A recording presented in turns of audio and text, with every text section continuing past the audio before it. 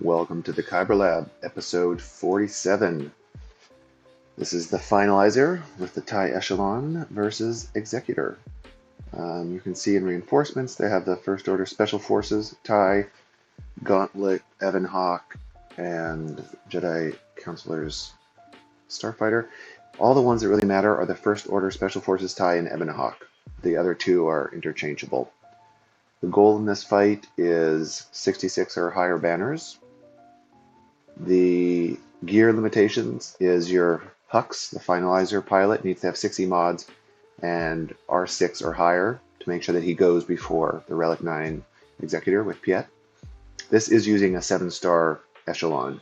You can win with a 5-star Echelon, but it is much more RNG dependent based upon the assists at the beginning of the fight, primarily. In this fight, I think Tassinix is... not Tassinix, sorry, but Silent Beast. I think his silencer is Relic, KRU is Relic 8, but he did eventually bump it to Relic 9. I'm not sure it's Relic 8 or Relic 9. It doesn't make a great deal in this particular fight. It can make a bigger difference in fights where your Echelon is not 7 stars. Speed, 60 on all the pilots. How to play. There's a very specific opener that tends to get the highest success rate. And overall, the success rate for this is between like 80 and 90%. With these gear levels. I'm going to leave it here on the screen in text if you want to read it. I'm not going to read the whole thing. We'll sort of go through it as the fight unfolds.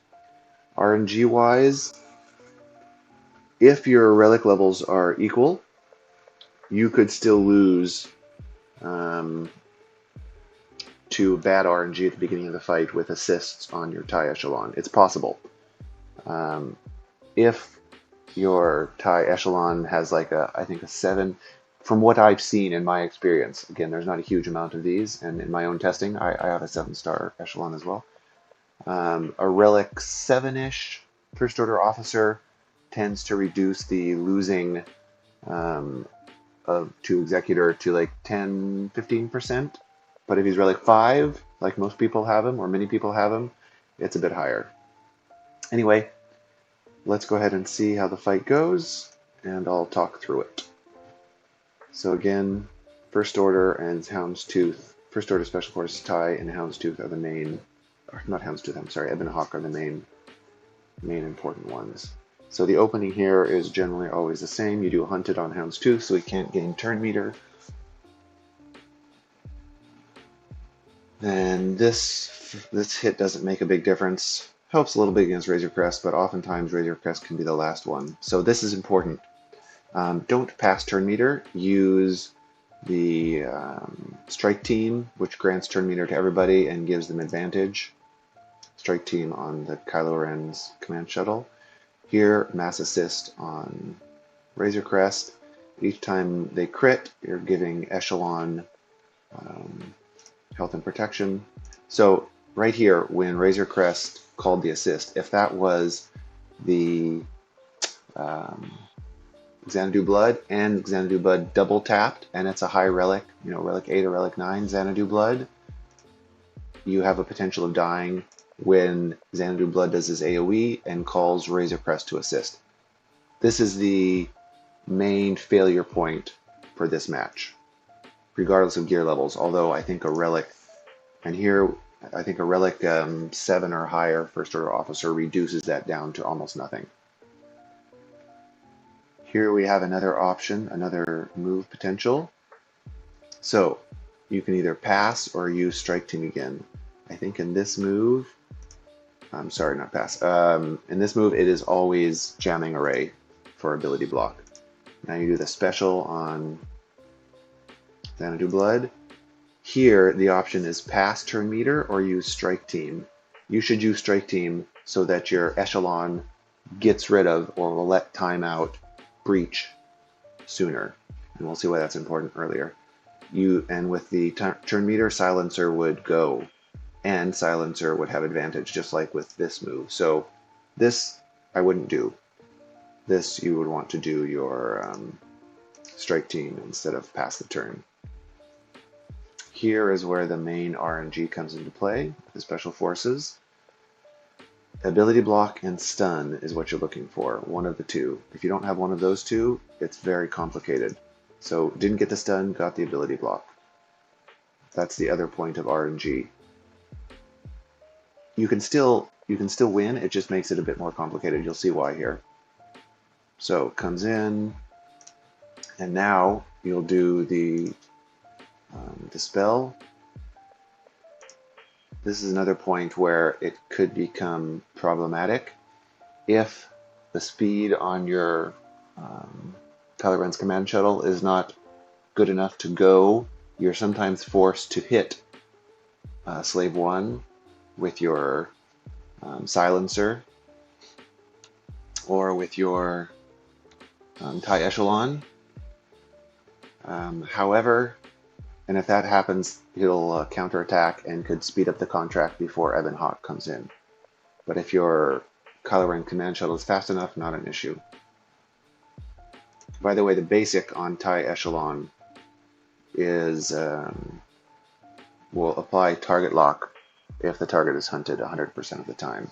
Otherwise, you rarely apply it. So big hit to try and take out Slave 1.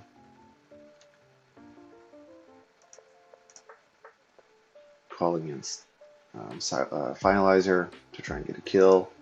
Here, doesn't really matter what you do, AoE or basic or something like that for target lock, because there's going to be a heal coming in from the Executor. It's the next move.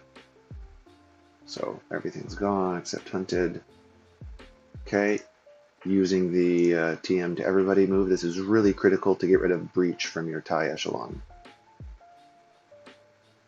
There's the guaranteed target lock, and now breach is gone.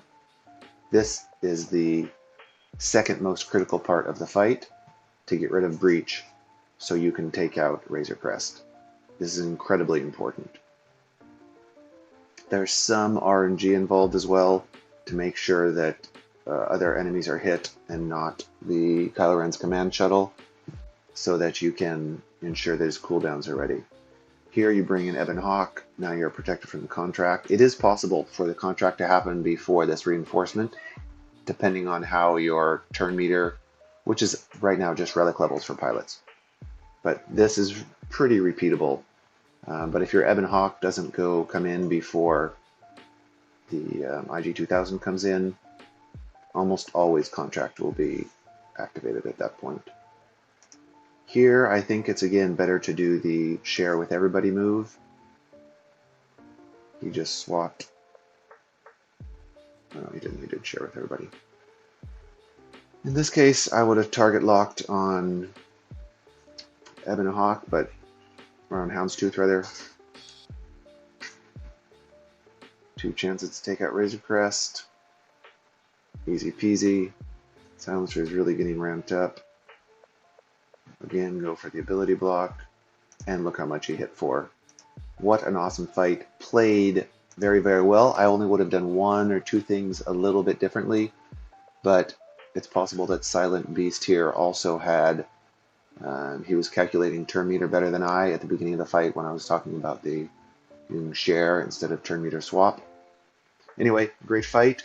There are a few points that can cause you to lose just based on targeting RNG at the beginning of the fight, primarily. But otherwise, this is very repeatable, and hopefully this does not get changed, because your pilots really have to be at the same level as Executor. That's pretty much it. You can't expect to do it with lower relic pilots or with a 5-star Echelon. Hope this helped. Good luck. Cheers.